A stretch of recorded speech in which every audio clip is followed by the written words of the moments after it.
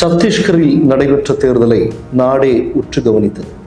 அது ஒரு மேயர் தேர்தலாக இருந்தாலும் ஏன் நாட்டு மக்கள் முழுவதும் அந்த தேர்தலை உற்று நோக்கினார்கள் என்றால், இந்தியா கூட்டணியில் இருக்கக்கூடிய காங்கிரசும் ஆம் ஆத்மி இணைந்து அந்த தேர்தலை சந்தித்தது. முடிவுகள் வந்தபோது ஆம் ஆத்மி காங்கிரஸ் கட்சிதான் அந்த இடத்தில் வெற்றி பெற்றதாக அறிவிக்கப்பட்டு பின்னர்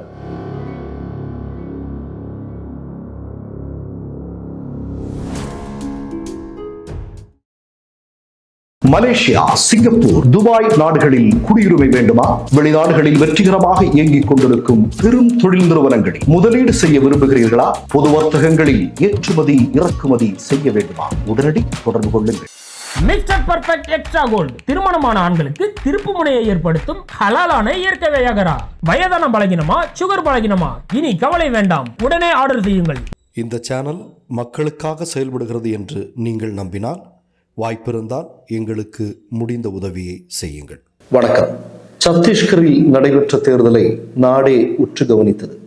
அது ஒரு மேயர் தேர்தலாக இருந்தாலும் ஏன் நாட்டு மக்கள் முழுவதும் அந்த தேர்தலை உற்று நோக்கினார்கள் என்றால், இந்தியா கூட்டணியில் இருக்கக்கூடிய காங்கிரசும் ஆம் ஆத்மி இணைந்து அந்த தேர்தலை சந்தித்தது. முடிவுகள் வந்தபோது ஆம் ஆத்மி காங்கிரஸ் கட்சிதான் அந்த இடத்தில் வெற்றி பெற்றதாக அறிவிக்கப்பட்டு பின்னர் 8 வாக்குகள் செல்லாது என்று அங்கே பணிபுரிந்த தேர்தல் அதிகாரி சொல்ல ஒரு மிகப்பெரிய நாடகம் அங்கே அரங்கேற்றப்பட்டது. அதாவது வாக்கு எந்திரங்கள், தேர்தல் அதிகாரிகள் இவர்களை எப்படி சங்க பரிவாரங்கள் இப்போது பயன்படுத்தி கொண்டிருக்கிறார்கள் என்கிற சந்தேகம் மிகப்பெரிய அளவில் இந்திய மக்களிடம் வலுவற்று எழுந்து கொண்டிருக்கக்கூடிய நேரத்தில் இப்படிப்பட்ட சம்பவம் நிகழ்ந்திருக்கிறது. மேலும் பிஜேபியின் மீது, ஆர்எஸ்எஸ்ஸின் மீது ஒரு பெரும் சந்தேகத்தை இந்திய மக்களுக்கு உருவாக்கி இருக்கிறது. இந்த தேர்தலில் நடைபெற்ற நாடகம் சங்க பரிவாரங்கள் உருவாக்கிய நாடகமா என்ற விவாதம் ஒருபுறம் நடந்து கொண்டிருக்கக்கூடிய அதே நேரத்தில் காங்கிரஸ் கட்சியும் ஆம் ஆத்மி கட்சியும் உடனடியாக நீதிமன்றத்திற்கு சென்றது. நீதிமன்றம் என்றால் பஞ்சாப் நீதிமன்றத்திற்கும் ஹரியானா நீதிமன்றத்திற்கும் 2 மாநிலங்களில் இருக்கக்கூடிய உயர் நீதிமன்றங்களில் உடனடியாக வழக்கு தொடர்ந்தது. இந்த தேர்தலை ரத்து செய்து அல்லது இந்த வாக்கு எண்ணிக்கை மறு வாக்கு எண்ணிக்கை நடத்தப்பட வேண்டும் என்ற கோரிக்கையோடு அவர்கள் நீதிமன்றத்தை அணுகினார்கள். 2 நீதிமன்றங்களும், அதாவது நீங்க பாத்தீங்கன்னா ஹரியானாவிலும் பஞ்சாபிலும் இருக்கக்கூடிய 2 உயர் நீதிமன்றங்களும் அவசர வழக்காக இதை விசாரிக்க முன் வந்திருக்கிறார்கள். இப்போது சங்க பரிவாரங்களும் ஆர்எஸ்எஸும் பயத்தோடு இருப்பார்கள் என்பது நமக்கு புரிய வருகிறது. அதாவது நீங்க இந்த சம்பவத்துல நடந்திருக்கக்கூடிய 2-3 முக்கியமான விஷயங்கள் பார்க்கணும். திடுதிடுப்புன்னு ஒரு தேர்தல் அங்கே வேலை செய்து கொண்டிருந்த தேர்தல் அதிகாரியை உள்ள தூக்கிட்டு வராங்க பிஜேபி காரங்க. அவர் எதிர்த்துலயோ கையெழுத்து போடுறாரு. போட்டுட்டு அவர் சொல்றாரு 8 வாக்குகள் செல்லாது. அது 8 வாக்குகள் யாருடைய வாக்குகள்? காங்கிரஸ் ஆம் ஆத்மி கட்சி கிடைத்த 8 வாக்குகள் செல்லாதுன்னு அவர் பாட்டுக்கு அவர் அறிவிக்கிறாரு. அவரை கொண்டு போய் விட்டுறாங்க. அடுத்தது பார்த்தா சரி செல்லாது, எங்களுக்கு அந்த வாக்குகளை பார்க்க வேண்டும் என்று எதிர்கட்சிகள் கோரிக்கை வைக்கிறார்கள். காங்கிரஸும் ஆம் ஆத்மியும் கோரிக்கை வைக்கிறார்கள், எங்களுக்கு அந்த வாக்குகள் சரிபார்க்கப்பட வேண்டும் என்று. அதற்குள்ள பிஜேபி காரணங்க என்ன பண்றாங்கன்னா, அந்த வாக்குகளை எல்லாம் கிழித்து எறிந்து விடுகிறார்கள். அது மட்டுமல்ல, அடுத்த நடந்த சம்பவம் என்ன அப்படின்னா, இந்த தேர்தல் அதிகாரி இருக்கிறார்களா, திடுதிடுப்புன்னு கையெழுத்து போட்ட தேர்தல் அதிகாரி, அந்த வீடியோ கூட நேற்றுக்கு நம்ம போட்டிருந்தோம். அந்த அதிகாரி யார் அப்படின்னு விசாரிச்சா, அவர் முன்னாள் பாஜக கட்சியினுடைய சிறுபான்மையின் பிரிவினுடைய தலைவராக பொறுப்பு வகித்தவர். பாருங்களேன், எவ்வளவு பெரிய ஆபத்தை நோக்கி இந்திய நாடு சென்று கொண்டிருக்கிறது என்பதை பாருங்கள்.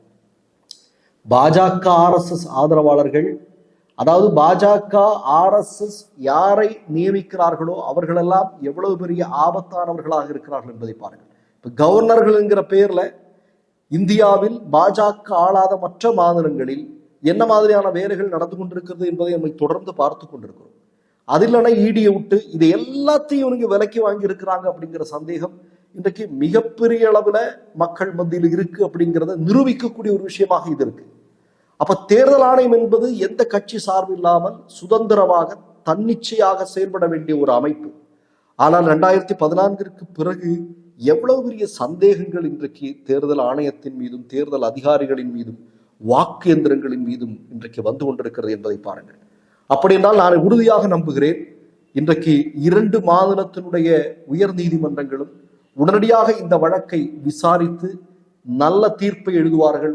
பொதுவாக நாம் என்ன நினைக்கிறோம் என்றால், நம்ம கண்கூடாக பார்த்தோம், ஊடகங்களின் வழியாக அவர்கள் வெளியிட்ட வீடியோவே நமக்கு தெரியுது. அங்கே அநீதி நடந்திருக்கிறது. அங்கே வெற்றி பெற்றிருக்க வேண்டியது ஆம் ஆத்மி காங்கிரஸ் கூட்டணி தான் என்பதை நாம் அந்த வீடியோ பார்த்தாலே உறுதியாக சொல்ல முடியும். தீர்ப்பு எப்படி வருகிறது என்பதை பொறுத்திருந்து பார்ப்போம். மற்றொரு நிகழ்வில் சந்திப்போம். நன்றி, வணக்கம். மை நேம் இஸ் ரெட் சேனலை சப்ஸ்கிரைப் பண்ணிக்கோங்க. அதுக்கப்புறமா பக்கத்தில் இருக்கிற ஜாயின் பட்டனை கிளிக் பண்ணீங்கன்னா ஒரு நியூ பேஜ் ஒன்று ஓப்பன் ஆகும். அதுலேயும் ஜாயின் பட்டனே கிளிக் பண்ணிக்கோங்க. அதில் பார்த்தீங்கன்னா credit R debit card options இருக்கு. இதில் உங்களுக்கு விசா, மாஸ்டர் கார்டு, ரிப்பே அப்படின்னு 3 ஆப்ஷன்ஸ் கொடுத்துருக்காங்க. அதில் நீங்கள் எந்த கார்டு சூஸ் பண்ணுறீங்களோ அந்த கார்டோட நம்பர் என்டர் பண்ணிக்கோங்க. அப்புறமா கார்டோட வேலிடிட்டி மந்த் அண்ட் இயரை டைப் பண்ணிக்கோங்க. அடுத்தபடியா உங்க கார்டோட பின்னால CVC கோடுன்னு சொல்லிட்டு 3 நம்பர்ஸ் கொடுத்துருப்பாங்க. அந்த நம்பரை இதில் என்டர் பண்ணிக்கோங்க. அப்புறமா அட்ரஸ் அண்ட் இன்ஃபர்மேஷன் என்டர் பண்ணிட்டு பைங்கிற பட்டனை கிளிக் பண்ணிக்கோங்க. ஒருவேளை உங்க கார்டு நம்பர் இன்வாலிட்னு காமிச்சிச்சுன்னா உங்க கார்டுல இன்டர்நேஷனல் யூசேஜை எனேபிள் பண்ணுங்க.